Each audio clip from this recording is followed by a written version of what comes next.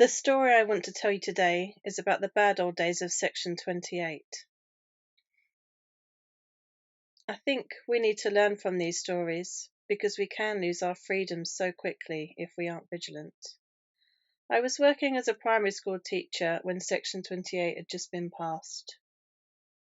Section 28 was a pernicious law, and it said, amongst other things, that as teachers, we were not allowed to teach about so-called pretended family relationships. Well, that meant being gay or lesbian. And we weren't allowed to promote homosexuality. So we'd taken to the streets to protest against the passing of this law. But it was passed anyway.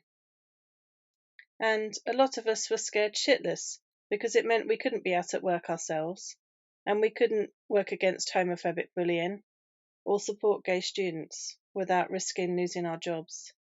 And some teachers, including some that I knew, they did lose their jobs.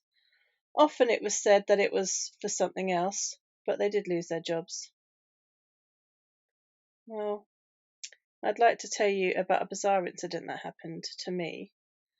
And it just shows what it was like for me as a primary teacher in the 1990s.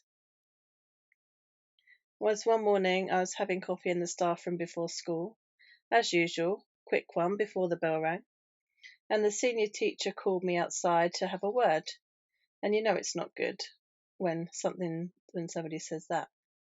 And I'm sat thinking, what the fuck, what is it now? What have I done or not done? So he said, can you come to your classroom with me, please? His name was Bill, and he was a nice guy, actually. I think, we got on pretty well most of the time. But anyway, we get to my classroom and he says, well, the complaint is you're displaying gay literature in your classroom window. And so I felt really relieved because I was thinking, well, that certainly isn't true. No way. I'm not going to do that.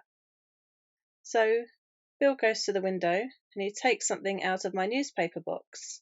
Well, all primary school teachers have a newspaper box, and you keep your newspapers in it to cover the tables when the kids are doing their painting and everything. So he goes in the newspaper box and he holds up a copy of the pink paper. Oh my God. So there's the pink triangle and all the gay and lesbian out and proud words and all that. And I'm thinking, oh my God, I really didn't see that one coming. So I said, well, it's not a display. It must have just accidentally got in the box. And I suppose maybe somebody could see it from outside the window. But Bill goes very authoritarian and he goes, well, you must remove it immediately. It's not suitable for the children to see. It mustn't be used in anywhere near the tables for painting. So I'm thinking, God. I'm always so careful to take out the pink papers and any other dodgy stuff before I bring them into school. But somehow that one must have just got in the pile by mistake. But the point of the story is that I was afraid because of the newspaper I'd accidentally taken into my classroom.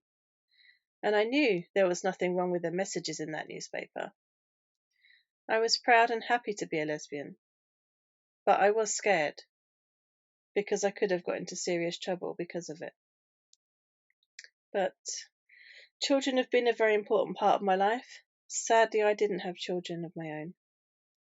I was told that because I'm a lesbian, I shouldn't have children, because children should have two parents, a mummy and a daddy. And I did believe I wouldn't make a good parent because my kid wouldn't have a daddy living with them.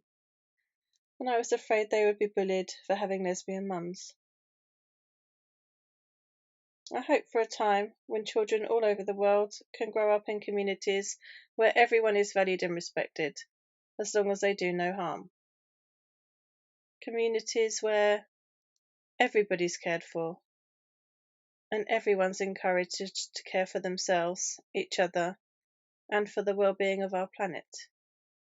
And I hope for a time when diversity is not only recognised, but valued and cherished.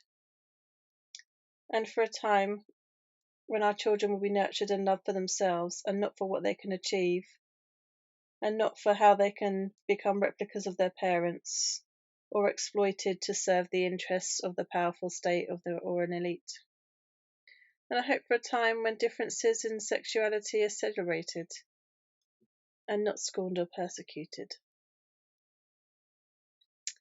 And of course, the time for making these happen for the future is now, and I want to be a part of that.